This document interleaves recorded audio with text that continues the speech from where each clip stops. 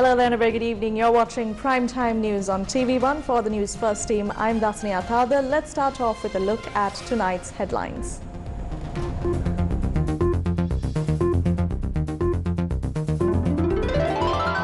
All schools in the western and northwestern provinces closed until the 30th of this month. 8 more Gram Niladari divisions isolated from 8 p.m. tonight. President visits Haldumulla to assess the progress of the discussion with the village program. Opposition leaders warning. එහෙම කකුලෙන් අදින කට්ටියට පුළුවන් පිටතට ගිහිල්ලා තම තමන්ගේ දේවල් ටික කරගන්න.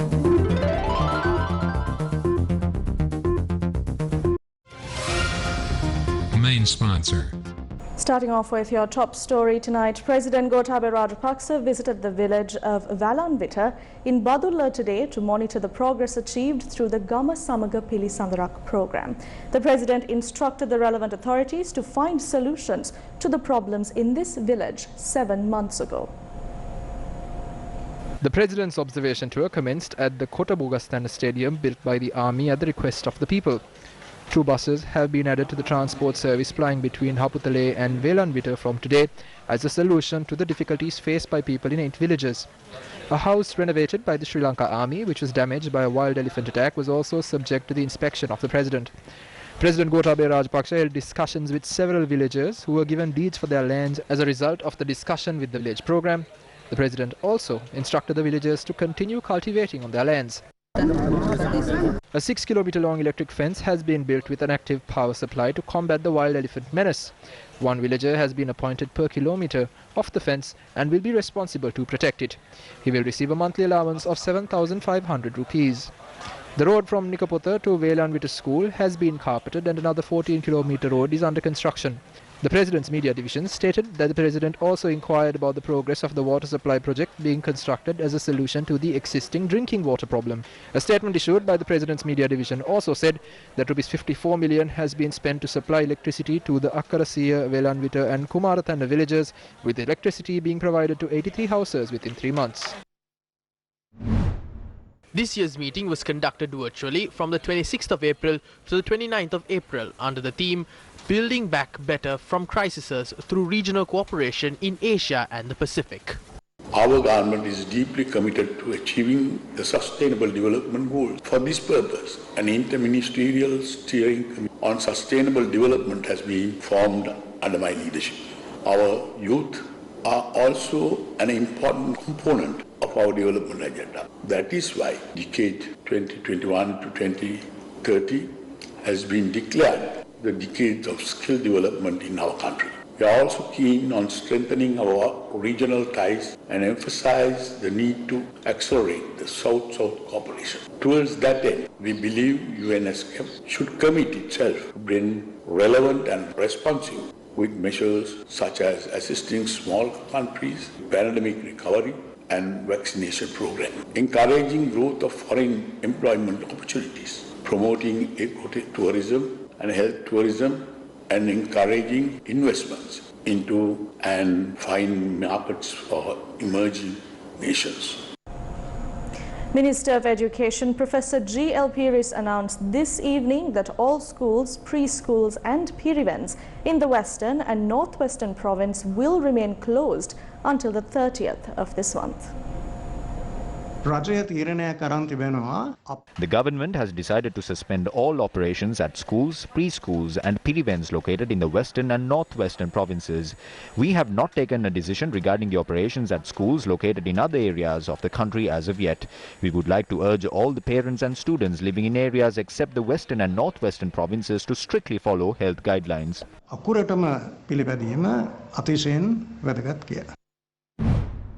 Commander of Sri Lanka Army and head of the National Operations Centre for the Prevention of COVID-19 Outbreak, General Shavindra Silva said 4 police jurisdictions in Gampaha, Kalutara and Trincomalee districts will be placed under isolation from 8 p.m. tonight. Accordingly, Polhena, Hiralugedara and Kaluwagala Gram Niladari divisions in the Kotageniya police jurisdiction, Aswannawatha East Gram Niladari division in the Minuwangoda police jurisdiction in the Gampaha district, Miriswatha, Palawatha North and Palawatha East Gram Niladari divisions in the Meegahathanna police jurisdiction in the Kalutara district The Pumpuhar Grama-Niladhari division in the Trincomalee district and Imbulgoda and Katudampe Grama-Niladhari divisions in the Ratkama police jurisdiction in the Gaul district were placed under isolation at 8 p.m. tonight. Adding further, the army commander said the Dambulla dedicated economic centre will also be placed under isolation. Police carried out a special operation in the Colombo Peta area today to inspect whether the public is adhering to the safety guidelines issued by the health authorities. The police took steps today to file legal action against people who violated the health guidelines within the Kurunegala town.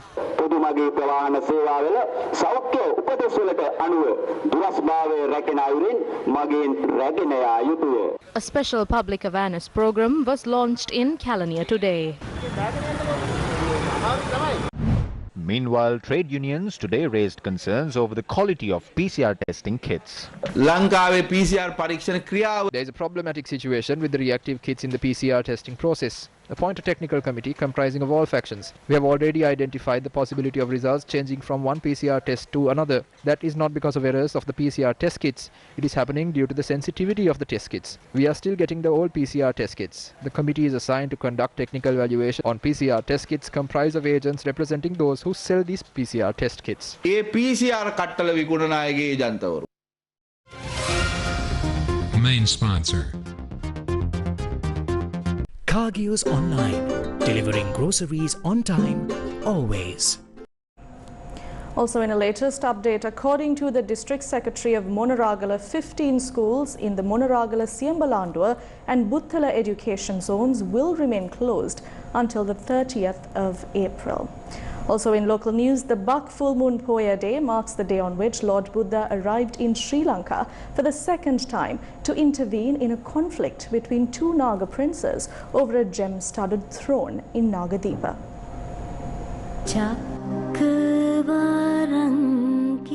The backdrop for a great war was set when the Naga king Mahodara of Nagadeepa attempted to deprive his sister's son of the right to the gem-studded throne. The Buddha foresaw this and ascended to Nagadeepa to create peace between the two princes by preaching the Dhamma. The throne was then placed in a separate location and later a stupa was built around it. The 209th Amadam Sisila Dhamma Sermon series was held at Temple Trees today under the patronage of Prime Minister Mahinda Rajapaksa. A special Sambuddha Puja was held today in front of the Shakya Malakya opposite the head office of the Capital Maharaja Group.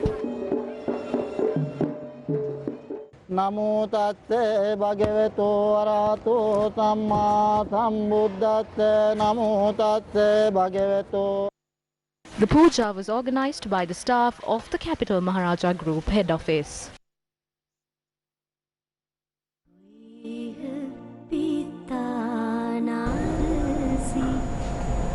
The final rites of Heen Manika, who was killed in a wild elephant attack at the Ulhitia fishing village last morning, were performed today.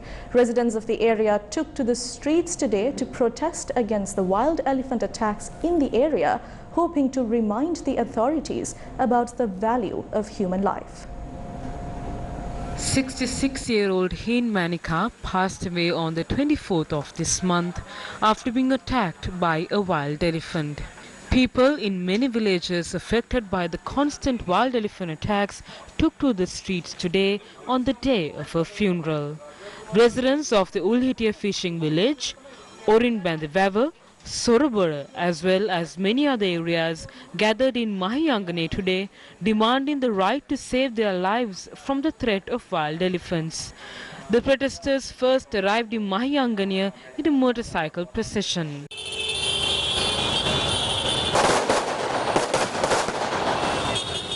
The group then took 2 coffins and protested at the location in Mahiyangane where the Satyagraha took place, demanding a solution to the wild elephant issue.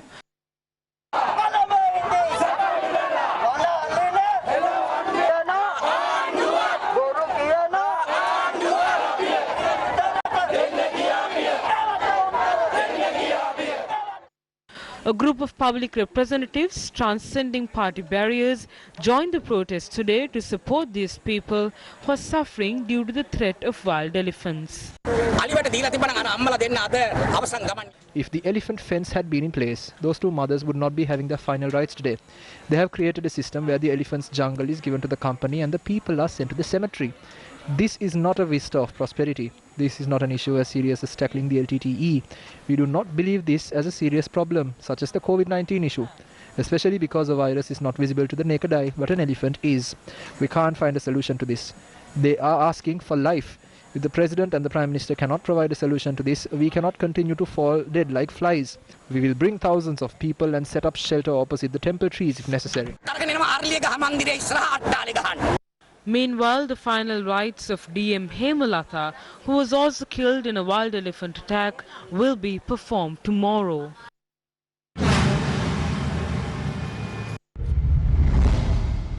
Today marks the 100th day of the Walsapugala Farmers Satyagraha, which was staged demanding the gazetting of the Elephant Management Reserve.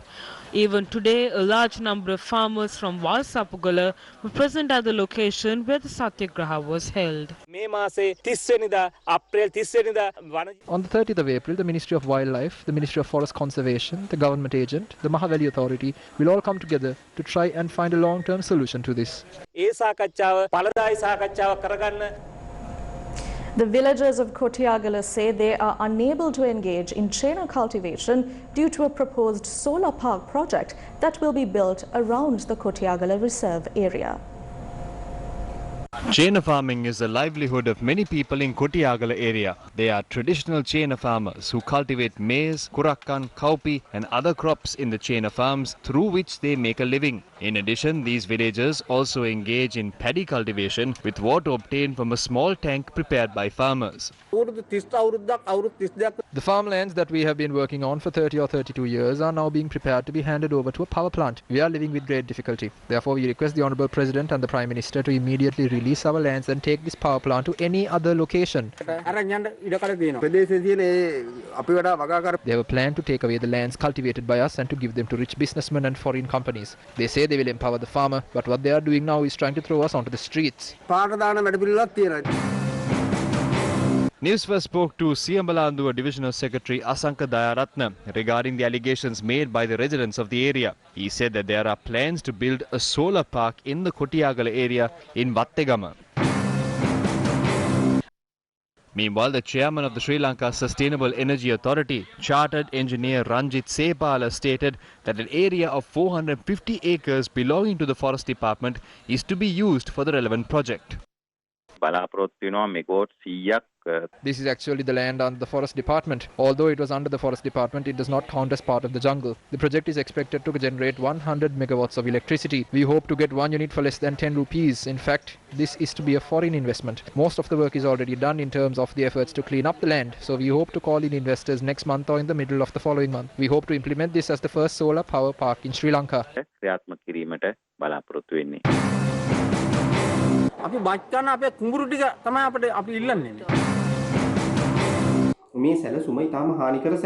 This is an extremely harmful proposal. What surrounds this is one of the primary forest areas. This area is also inhabited by elephants and other animals. On one end, this will lead to the destruction of the living areas of the elephants, and on the other hand, it will destroy the tributaries of the Kotiagala River. There are lands suited for solar projects of this nature across a number of regions in Sri Lanka, especially in the dry zone. Therefore, we recommend that lands of this nature be used in considering the potential effects it may have on the environment as well as socio-economic factors. News First, the voice of the people.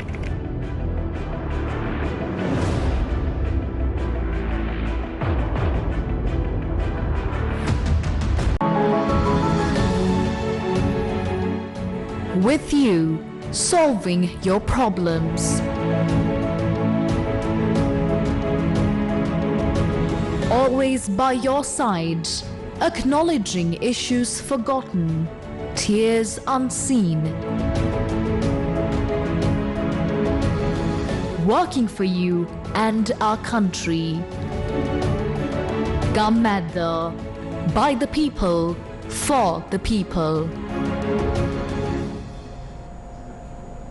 Looking back at the existing COVID-19 situation, as hospitals in Delhi and many other cities run out of beds in India, people have been forced to find ways to get treatment for sick patients at home. While this is the situation in India, will Sri Lanka exceed its ICU capacity as a result of the latest COVID-19 situation? Will Sri Lanka exceed its ICU capacity as a result of the latest COVID-19 situation? State Minister of COVID-19 Disease Control, Dr. Sudarshini Fernandopoulos, said that the intensive care units in the country are reaching full capacity. She said that this is a result of complications being reported among the youth.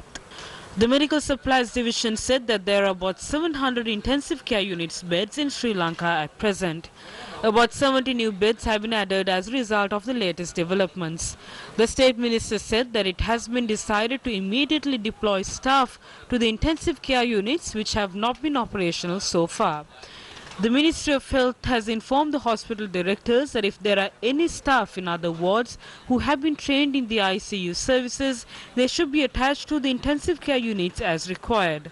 Also, the number of hospital beds with high-flow oxygen machines has been increased. Will there be a crisis in the supply of oxygen? Oxygen supply has to be provided to a large number of patients who are currently hospitalized. In this situation, the Director General of Health has sent a letter to the hospital directors requesting them to confirm the level of oxygen that they possess. 2 local companies supply oxygen to hospitals in the country. The Medical Supplies Division said that the Director of Health has sent a letter inquiring about their capacity as well. The companies claim that they can supply 3 times the capacity of the current supply of oxygen. What is the current situation in Sri Lanka? A total of 793 COVID-19 infections have been reported in the country during the period from 6 a.m. yesterday to 6 a.m. today. 226 of these cases are reported from the Colombo district. 82 cases have been identified from Gampaha district, 52 from Kaluthara district and 71 cases from the Kurunegala district during this time period. The total number of infected people reported from the country so far is 102,271. The total number of recoveries stands at 94,577. 7,050 infected people are being treated in hospitals. The Ministry of Health said that 644 people have died due to COVID-19 thus far. Within 2 to 3 days since the patients are infected with the virus, symptoms of pneumonia can be seen. That will have a severe impact on both their lungs. In that instance, the oxygen in their blood will reduce, and as a result of that, we have to give them oxygen artificially to keep them alive. This is the same thing that is happening in India as well. Most of the time, the patients are experiencing slight fever, body pains and lack of appetite. However, when they are admitted to hospital and we run checks on them, we have found out that they are severely affected by pneumonia. If this condition persists for more than 7 days, it will be very difficult to recover these patients from this condition. As of now, 1/4 of patients in the Homagama hospital are on artificial oxygen supply. In addition to the beds we have at the ICU, we have upgraded beds in other wards as well, so that they pump oxygen artificially. There is a large number of patients receiving treatment in that manner.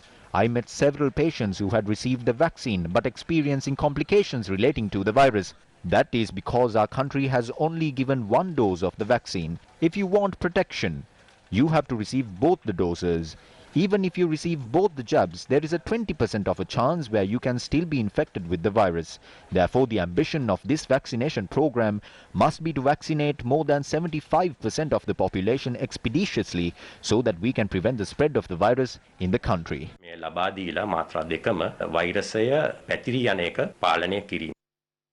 What is happening in India? The problem now is that we shouldn't put ourselves in the position of India. India is currently facing a serious issue due to lack of oxygen for patients. Although they were given prior warnings about the situation, they failed to act accordingly. Therefore, the current government, the health sector as well as the relevant authorities dealing with this situation should pay close attention to whether we are producing enough oxygen and whether there is enough oxygen supply in our country.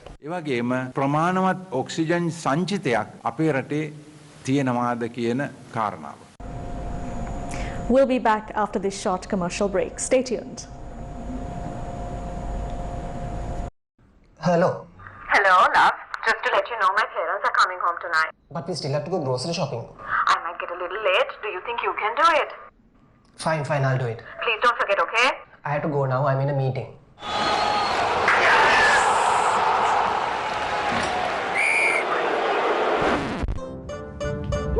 Meeting.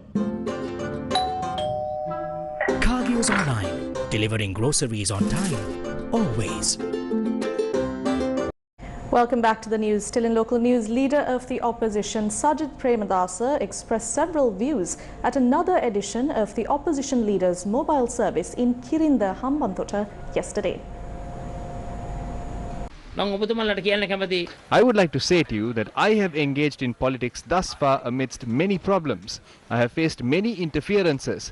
Remember that today's Sajid Premadasa is different from the Sajid Premadasa who was once a cabinet minister. Sajid Premadasa today in this country is the leader of the alternative political force. No one in my party can obstruct me. I will not allow that to happen. If there is anyone with that motive, they are welcome to leave. Several members of the Samagi Jana Balavegya, in a letter to the Catholic Bishops' Conference, has requested to grant a meeting to discuss the April 21st attacks. Issuing a letter to the President of the Catholic Bishops' Conference of Sri Lanka, Bishop Winston Fernando, MP Lakshman Kiriyalla said instead of revealing the truth behind the April 21st attacks, the government is on a mission to suppress the voices of the opposition MPs and civil activists who are attempting to reveal the truth. MP Kiriyalla further said that significant facts, including the undisclosed parts of the Presidential Commission report, the statements provided by the spouse of the suicide attacker who detonated the bomb in the tropical in-rest house in Dehiwala, the man in which Sara fled to India, and the spouse of Mohammed Hastoon, identified as the bomber at St. Sebastian Church in Negombo, will be vital for further investigations. Meanwhile, the chief opposition whip, parliamentarian Lakshman Kiriyalla, along with parliamentarians Patali Champika Ranavka and Dr. Harsha De Silva, called upon several clergies of the Catholic Church to discuss regarding the April 21st attacks. The Commission can issue a verdict only on the evidence applied to it by the police, including the CID and the intelligence services. The police or the intelligence services did not reveal any facts to the Commission regarding the salary payments made to the network before 2015. That is a piece of very vital evidence for the investigations, and if they have revealed these, the Commission would have definitely followed it up. Regarding the fleeing of Sara to India, we still haven't requested the government of India to bring back Sara to Sri Lanka. We have no idea about the statement made by the spouse of the bomber who detonated the bomb in the tropical in-rest house in Dehiwala. The government has not disclosed the full commission report to the parliament. They have only disclosed 10 to 15% of the information. Just like the Catholic community, we too are very much interested in finding the root of these attacks.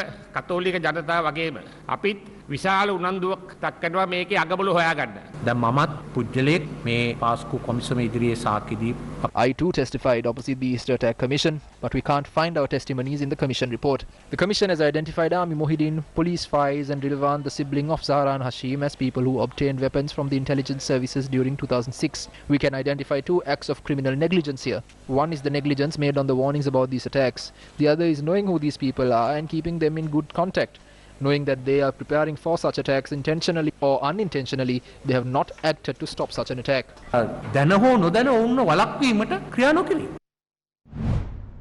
Several senior politicians of the Samagi Jana Balavegya visited MP Harin Fernando today, who is currently receiving treatment at a private hospital in Colombo.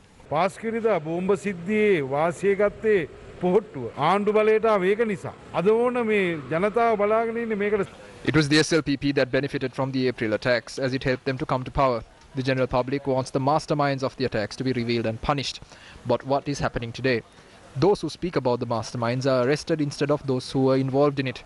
On the other hand, they are suppressing the freedom of speech in parliament. On the other hand, they are also arresting those who reveal information about the attacks.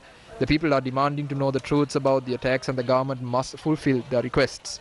The government obtained support from MP Rishad Badiuddin's faction to pass the 20th Amendment. So why was he arrested? As we all know, several matters against the government are now under public scrutiny. On the one hand, the government is attempting to give away the Colombo port city to China. On the other, the government is in a situation where it cannot reveal the truth about the April attacks. The government is also facing multiple issues due to the Presidential Commission on Political Victimization. So these are all moves to sweep these problems under the carpet. In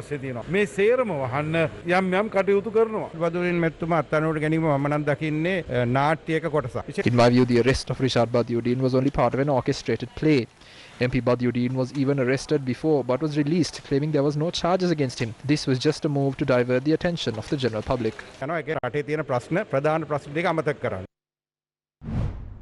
Meanwhile, Sports Minister Namal Rajapaksa arrived at the private hospital in Colombo, where Harin Fernando is receiving treatment this afternoon. The media spoke to the minister as he was leaving the hospital. Harin Fernando මට තෝ මේකේ ඉන්නේ. මම මේ ලෙඩ බහන ස්පිතාලට ආවේ.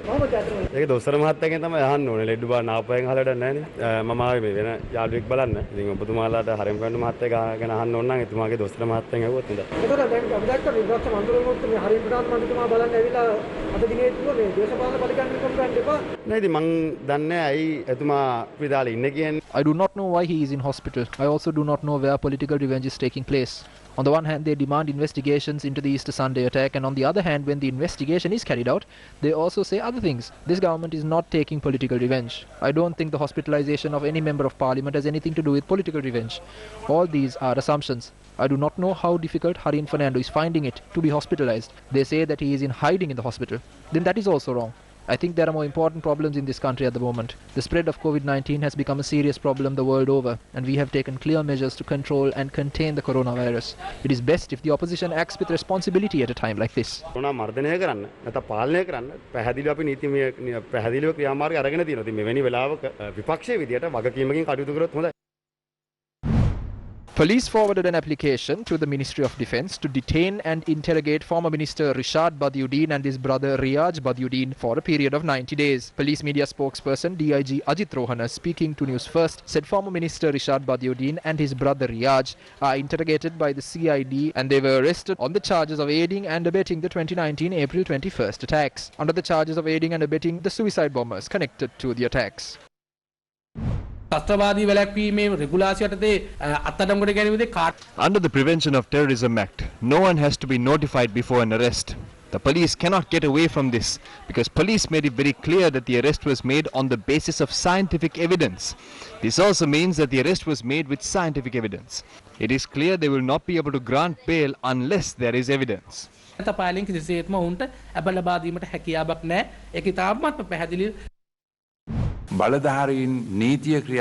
There are allegations citing that the authorities did not implement the laws fast enough. The previous government was accused of it. The present government too is being accused of that charge. If a person should be arrested for information, it must be done. Being arrested is not a punishment or imprisonment, it is a step taken to obtain information. No one can refuse that in a democratic society. It is everyone's responsibility to ensure law and peace. We must give our utmost support to that. Rather than prioritizing the individual, we must consider the incident that took place. So the law must be implemented as soon as possible. I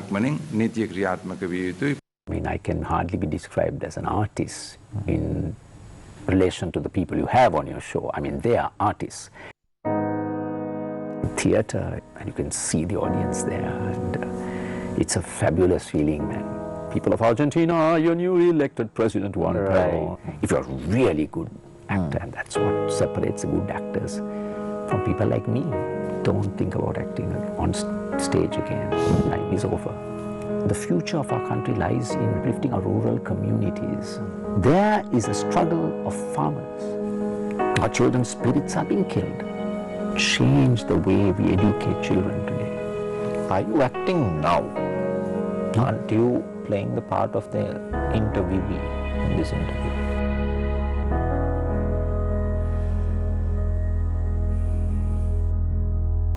In sports news, it's cricket. The two-day cricket encounter between St. Benedict's College Kotahena and Wesley College Colombo ended in a draw today. The match was played at the St. Benedict's College grounds.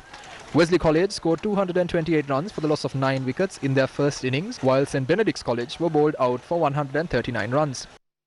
Wesley College scored 90 runs for the loss of 5 wickets and declared their second innings. At the end of the second day, St. Benedict's College scored 47 for the loss of 1 wicket in their second innings.